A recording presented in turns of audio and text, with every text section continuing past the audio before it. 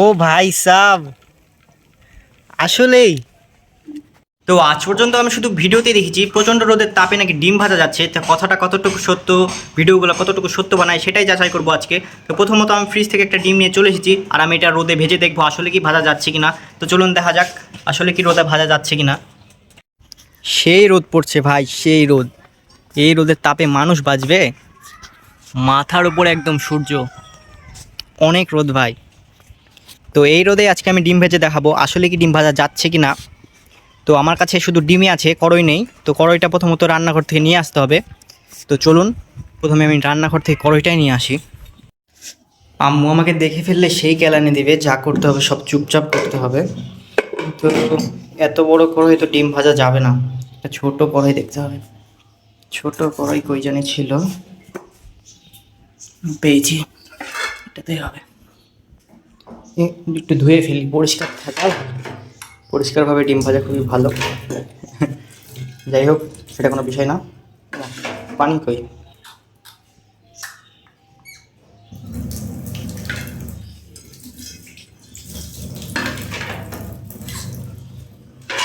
এবার যাওয়া যাক। তো কড়াইটা নিয়ে আমি ছাদের উপরে চলে এসেছি। এখন কড়াইটা রোদে গরম হতে দেওয়া লাগবে। গরম না হলে ডিম ভাজতে পারবো না, কিছুক্ষণ গরম হওয়া লাগবে। তো তারপরে আমরা ডিম ভাজতে পারবো। তো ততক্ষণ আমরা অপেক্ষা করি গরম হওয়া পর্যন্ত। তো কড়াই গরম হইলেই শুধু হবে না, এর সাথে তেলও গরম করা লাগবে। তো তার জন্য আমি তেল নিয়ে এসেছি। তো তেলটা আমি প্রথমত দিয়ে রাখি। অনেক হয়ে গেল নাকি? তো তেল গরম না হলে ডিমও ভাজা হবে না। তো তার জন্য আমি তেলটা আগে দিয়ে রাখছি। কড়াইয়ের সাথে সাথে তেলও গরম হবে, এতে ডিম ভাজাও ভালো হবে। তো দেখা যাক কথাটা কতটুকু সত্য, অপেক্ষা করি ততক্ষণ। তো আমি প্রায় এখানে 50 মিনিট 1 ঘন্টার মতন দাঁড়িয়ে আছি। তো দেখা যাক কতটুকু গরম হয়েছে। গরম হয়ে যাওয়ার কথা এতক্ষণে। তো দেখি আসলে কি ডিম ভাজা যায় কিনা, কেমন তাত হয়েছে। তাত তো মোটামুটি হয়েছে। তো দেখি ডিম ভাজা আসলে কি হয় কি হয় না। ওই ভাজবো।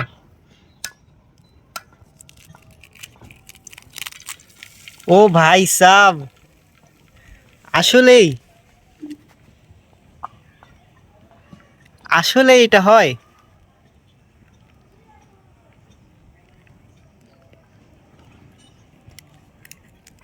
এতটুকুই?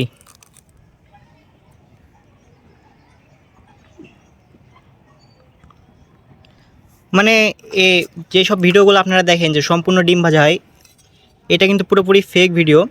মানে ডিম ভাজা হয় ঠিক আছে, কিন্তু আপনার পুরোপুরি ডিম ভাজা হবে না, শুধু অল্প হবে।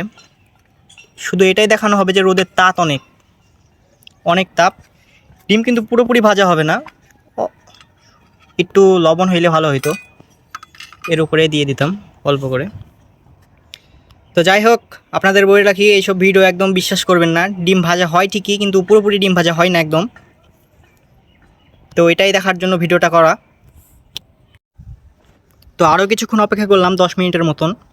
তো ডিম এতটুকুই ভাজা হবে, এর থেকে বেশি আর হবে না। তো বাসায় গিয়ে আমি ভেজে খেয়ে নেব।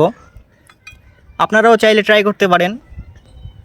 এতটুকুই হয় ডিম ভাজা, এর থেকে আর বেশি হয় না। তবে হয়েছে প্রায় অনেকখানি হয়েছে।